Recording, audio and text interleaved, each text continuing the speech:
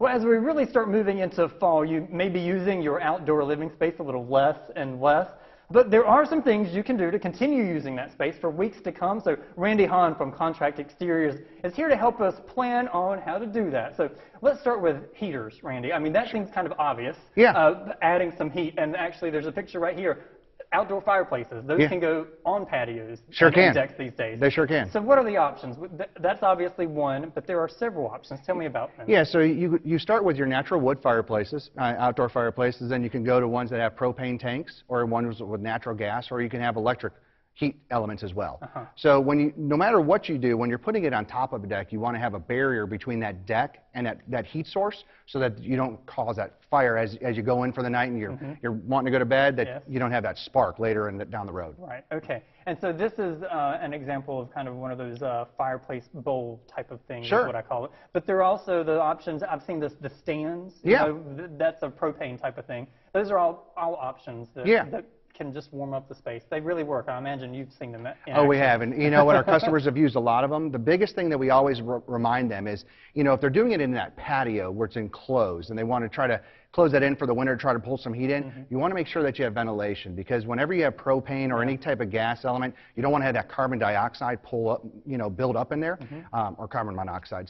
So anyway, you want to make sure that you have proper ventilation in those areas. You know, if you're using an electric heat source, you want to make sure that you're also unplugging them, and any heat source, you want to make sure that they're sort of free and clear from anything around so that it can't spark, and you can make sure that, you know, they're safe once you go to bed at night.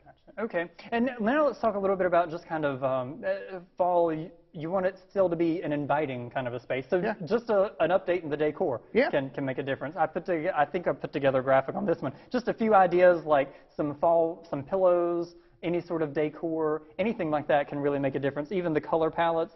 So just changing that out can make a difference. And you can do that in lots of different ways, right? Lots of ways. So, you know, the nice part about, you know, your outdoor furniture is, you know, you can go with the summertime with those more coastal colors and those bright colors, and you can change that when it goes in the fall, and you can go to more of those warmer browns and oranges, and really give that nice warm fall feel to your outdoor living space, and really not having to do a lot of investment to changing the look, which is a really nice thing. And that makes it, you know, this time of year, you can plan on, you know, having people over for football games or whatever, but you want to make it feel like you planned for them to be there, right? Exactly. Like you didn't just decide to have it outside because, you know, you still, you know, we're thinking about summertime. You want to make it seem intentional. Yeah. So also behind us here, there's a picture of kind of another kind of use of the space. But when we're talking about maximizing seating spaces, which is one of the things you want to think about if you're planning on using it for as long as you can, you just want to think about kind of two factors, you say, the size of the space and how you're going to use it. That's correct. So, you know, whenever we meet with a customer, you know, we want to make sure that we're designing the space for their needs and their wants. So their wants are, you know, well, I want to use this for those outdoor football parties, or I want to use that for a fire pit, or I want to do that. And then we got to design the seating space around there based on what we have in the size. So you have to take what they want and then sort of meet in between. And a great way to do that is an outdoor bar top area. So you can have that outdoor kitchen space, but we can incorporate a bar area with that, and that gives more seating space and those tighter patios and whatnot. And it allows our customers to sort of utilize their space. No matter what you want to do, you want to have it drawn out and designed and sort of get the feel of it before you hire that contractor and then realize, well, that doesn't make sense. Right, this won't fit there and that kind of thing. But then, like you said, an outdoor kitchen with a bar is kind of a multi-use area. So you can kind of fit more into one area. And then preparing for the winter. Once we really get to the point where we might be using it a good bit less.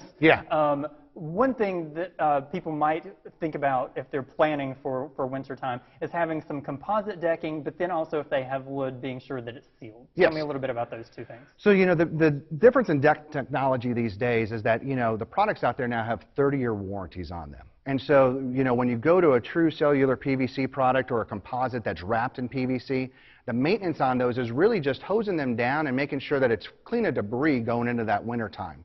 You want to make sure that, you know, you get all the pine needles off of there that have fallen down in the fall, so that if you do have that fireplace out there, that you're not sparking later in the evening. And the composite's really resilient. Really resilient. Okay, so that'll go, winter the winter pretty easy. Big time. Weather the winter maybe. Yeah, exactly. But then with the wood, with the wood you want to seal it, and you really want to seal wood twice a year. So the best time is going into the winter and then going into the summer. The UV sun really breaks it down over the summer, and then you're really putting it on going into winter because you're helping protect it from the climate change. Gotcha. All right. Well, that's all the time we have. Awesome. But we ran through some really good ideas Awesome. there. Really good ways for people to be sure that they can continue to use their deck into the fall and into next spring. Awesome. Appreciate it, Thank you very much.